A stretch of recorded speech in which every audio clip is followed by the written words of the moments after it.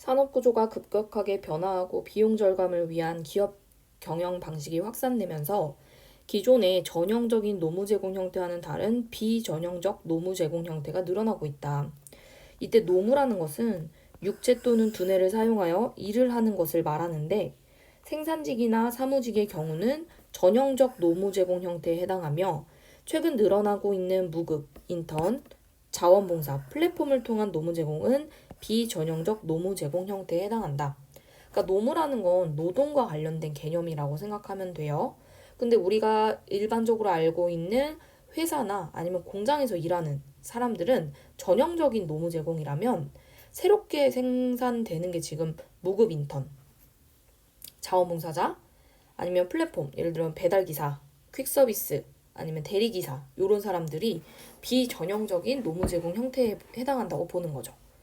노무 제공 형태가 이렇게 다양해짐에 따라 우리 사회는 이 비전형적 노무 제공자의 법적 지위에 대한 문제가 대두되고 있다. 특히 작년에 좀 문제가 있었어요. 비전형적인 노무를 제공한 당사자는 스스로를 근로자라고 주장하면서 노무를 제공받은 사용자는 해당 노무 제공자가 근로자가 아니라고 주장한대. 그러니까 둘이 지금 분쟁을 하고 있고 여기서 핵심 쟁점은 노무 제공자를 근로자로 인정할 것이냐 아니냐에 대한 문제죠. 그렇다면 노무 제공자가 근로자인지 아닌지는 어떻게 판단하는 것일까? 우리가 여기서 잘 생각해야 되는 게 노무 제공자가 근로자가 과연 될 수 있는 것인가?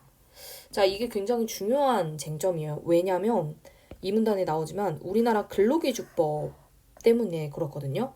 근로기준법에서는 당연히 근로자에 대한 이야기를 합니다. 노무제공자를 근로자로 인정을 해주면 노무제공자 또한 근로기준법에 해당이 되겠죠. 하지만 이 노무제공자를 근로자로 인정해주지 않으면 근로기준법에 해당하지 않는 존재가 돼버리죠.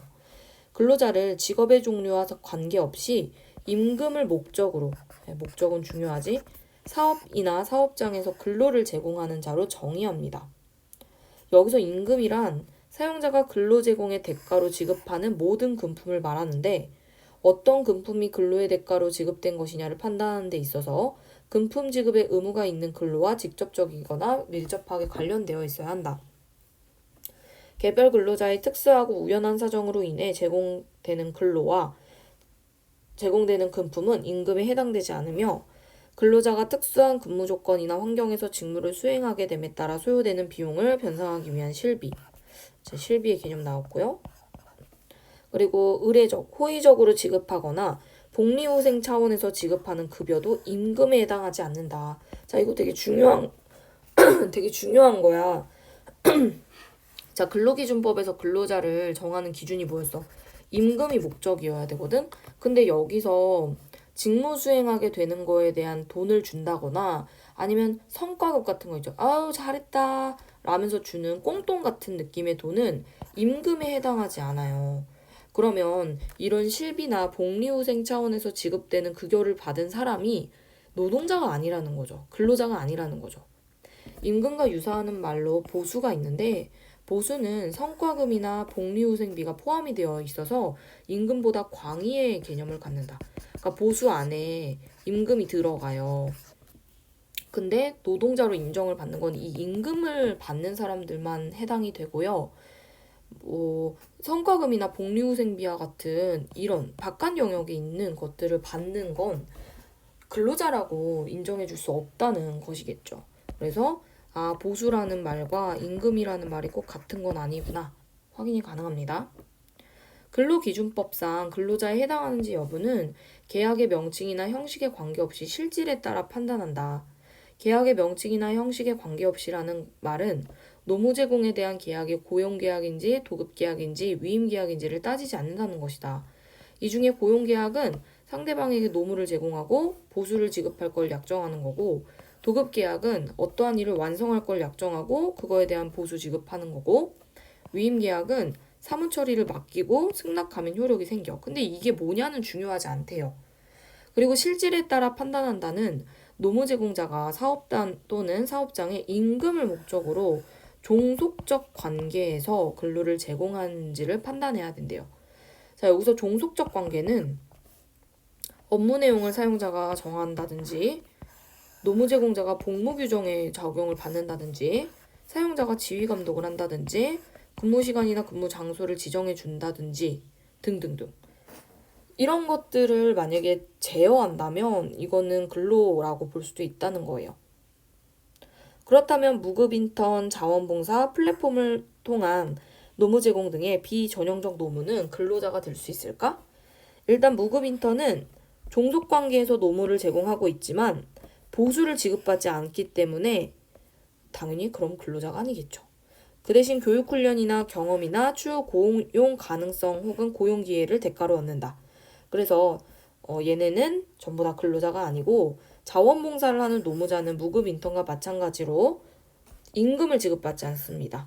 그러니까 근로자가 아니죠. 자원봉사활동기본법에서 자원봉사를 하는 사회문제 예방이나 해결을 위해 활동하는 기관 또는 단체에 자발적으로 참여하거나 국가의 공익사업을 수행하고 있는 각종 공공조직에 자발적 참여하는 것으로 규정하고 자발성, 무보수성, 공익성, 비영리성을 명시하고 있다. 하지만 노무에 대한 실비를 지급받으면서 일정 기간 노무 제공을 한 사람은 근로자였다고 주장하는 경우가 있다. 이거 같은 경우에는 금품 제공이 노무 제공과 대가 관계에 있는지 여부는 노무 제공 의사가 무엇이었는지에 의해 판단이 된다. 즉 이런 경우에는 좀 판단이 필요하다는 거죠. 그런데 계약 당시 아무 대가 없이 자발적으로 노무를 제공하는 목적으로 했다면 근로자가 되지 않는다. 그리고 플랫폼을 통한 노무 제공은 온라인 플랫폼에서 거래되는 노무인데 스마트폰 어플리케이션을 활용하는 운송업체의 운전기사, 배달 대행업체의 배달 종사장 등은 노무 제공자에 해당한다. 그런데 얘네는 임금을 지급받지만 직접적인 지위나 감동이 보이지 않고 관계가 지속되지 않고 사용자에게 전속성이 있다는 측면에서 근로자가 아니고 자영업자 정도로만 인정이 된다고 합니다. 근로기준법의 이러한 판단에 대해 노무 제공자를 사회적 약자로 규정하고 사회적 약자의 이익 보호를 위한 정책을 마련해야 하는 게 아니냐는 의견도 있다. 우리나라에서는 노동법상 근로자에 해당하는 경우에는 최저임금법, 고용법 등 노동관계법의 보호를 받지만 근로자에 해당하지 않는 경우에는 배제된다. 사용자가 근로자에 대해 퇴직금과 보험료에서 사용자 부담분을 납입해야 되는 경제적 부담을 져야 하기 때문에 최대한 인정하지 않으려는 경향이 있다는 거죠. 그래서 우리 앞에 있는 이 기억, 노무를 제공받은 사용자가 자꾸 노무 제공자를 근로자가 아니라고 주장한 이유는 경제적 부담을 져야 하기 때문이겠죠. 그래서 이번에 가장 적절한 답은 2번입니다. 종속적 관계를 유지할 수 없다? 관련이 없고요. 3번. 후생비를 왜 지급해? 그리고 위임계약을 도급계약으로 전환해야 하는 의무 없고 성과급을 줄 필요는 없잖아. 관련이 전혀 없죠. 정답은 2번이었고 그리고 이에 대해 최상임법인 헌법은 모든 국민은 근로의 권리를 가진다라고 하면서 헌법적 관점에서는 모든 노무 제공자는 근로자라고 보기도 한다. 하지만 어쨌든 여러 문제가 있기 때문에 노동체계를 마련해야 한다는 논리이다. 자, 마련하다. 맨 뒤에 문제 있죠? 뭔가를 구축해야 한다라는 말과 바꿔 쓸 수 있죠. 구축이라는 것 자체가 뭔가를 세우다. 이런 뜻이죠. 교정은 바르게 하다. 규합은 사람을 모으다. 조장은 나쁜 일을 부추기다. 이런 의미이기 때문에 가장 적절한 건 2번입니다. 자, 1번 문제. 직업의 종류는 근로자인지 아닌지를 판단하는 기준으로 활용되지 않는다. 이 문단 첫 번째 줄에 직업의 종류는 관계없다고 나와 있습니다. 1번 맞고요. 그리고 교육, 훈련, 경험, 고용 기회 등은 임금을 대가로 하지 않습니다. 고로 임금이 되지 않고요. 그 다음 세 번째, 상여금은 임금에 포함되지 않습니다. 특히 여기 복리후생 차원에서 지급하는 돈은 임금에 포함되지 않고 보수라고 볼 수 있어요. 그리고 근로자는 지정한 근무 시간과 근무 장소에서 주어진 업무를 해야 한다. 이게 여기서 말하는 종속적 관계에 있는 거고 이렇게 종속적 관계에 있으면 근로자로 인정을 받을 수 있죠. 5번. 근로자에 해당하는지 여부는 노무 제공자가 자신이 제공한 일의 결과에 보수를 지급받는 계약을 체결했는지에 따라 결정된다. 아니요. 계약의 명칭이나 계약에 관계없이 그냥 실질과 관련된 것들만 따집니다. 어떤 계약인지는 따지지 않습니다. 그래서 5번. 계약이 그렇게 중요한 것은 아닙니다. 왜냐면 비전형적인 근로자도 계약을 할 수도 있어요. 3번. 이게 가장 이제 좋은 문제인데 근로기준법에 의거하면 근로자로 인정받지 못하는 노무 제공자들이 노동조합법에 의하여 근로자로 인정받을 수도 있다. 자, 여기 지금 제시되어 있는 게 노동조합법이거든요. 우리 지문은 근로기준법이에요. 그래서 근로자로 인정받지 않는 노무자들을 어떻게 보호해 주냐인 건데 노동조합법에서는 또 임금이나 급료, 기타에 의해서 생활하는 자는 전부 다 근로자라고 인정하고 있어요. 그럼 1번. 종속관계에서 노무를 제공한 무급 인턴은 A에 포함된다. 아닙니다. 무급 인턴은요, 애초에 임금을 받지 않아요. 임금을 목적으로 하지 않으면 근로자로 인정받을 수 없습니다. 2번. 생산직이나 사무직에 종사하는 사람들은요, 노동조합법에서도 근로자고요, 근로기준법에서도 노동자예요. 이 A가 원하는 건 노동조합법에서는 근로자로 인정받는데 근로기준법에서는 노동자로 인정 못 받는 애들을 말해야 되는 거니까 안 되고 3번. 헌법은 오히려 A와 같은 주장이라고 볼 수가 있어요. 모든 노무자는 근로자다. 이렇게 보고 있으니까. 정답이 4번인데 지속적으로 지급받아 생활한 것이, 즉 보수. 보수는 일단 근로기준법에서는 임금이 아니기 때문에 이거를 보수는 맞지만 임금으로 인정하지 않아서 근로자로 인정을 안 하잖아요. 그런데 이 노동조합법에 따르면 임금이나 근로, 기타 이것을 받으면 결국 근로자로 인정해줘야 된다는 입장이거든요. 그러면 얘는 노동조합법에서는 근로자가 맞지만 근로기준법에서는 노동자가 안 되는 사례이겠죠. 5번. 고용계약을 맺었으나, 즉 여기 고용계약을 맺은 거는 계약을 맺은 거는 근로기준법에서도 노동자로 인정을 받겠죠? 그러니까 A에 해당하는 사례는 안 되겠죠?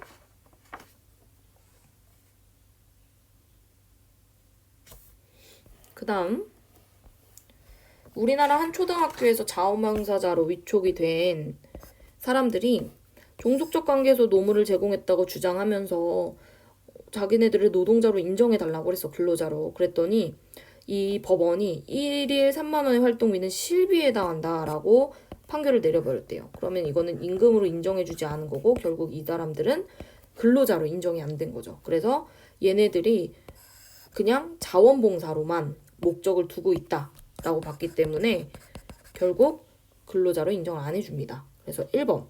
노무 제공자들은 결국에 경제적 이익을 얻고자 이렇게 청구를 했던 거겠죠. 2번. 해당 노무에 소요되는 비용. 이거는 여기서 실비잖아. 하지만 이게 애초에 계약 목적이 보수를 지급받는 것에 있지 않다고 판단했기 때문에 그냥 자원봉사로만 본 거죠. 3번. 근로가 아닌 노무를 제공한 것이면 여기까지 맞죠? 지급받은 활동비가 노무 제공의 대가다. 아니요. 실비는 노무 제공의 대가가 아닙니다. 그냥 주는 보수일 뿐이에요. 정답 3번이고 그 다음 온라인 플랫폼과 관련된 얘기인데 결국에 이 사람들이 자기네들도 노동자, 근로자로 인정해달라라는 말을 하고 있죠. 그러면 결국에 이 사람들도 자기네들이 임금을 목적으로 근로를 제공했다라고 주장하는 거고 그리고 지금 법원에서는 소송을 제기했고 법원에서는 결국에 근로계약 관계를 인정합니다. 여기서 이 판단에서. 그래서 이거는 종속적 관계에 있었으므로 여기 제한은 이게 이제 여기서 말하는 종속적 관계인 거죠. 인정했다라고 보면 되겠네요.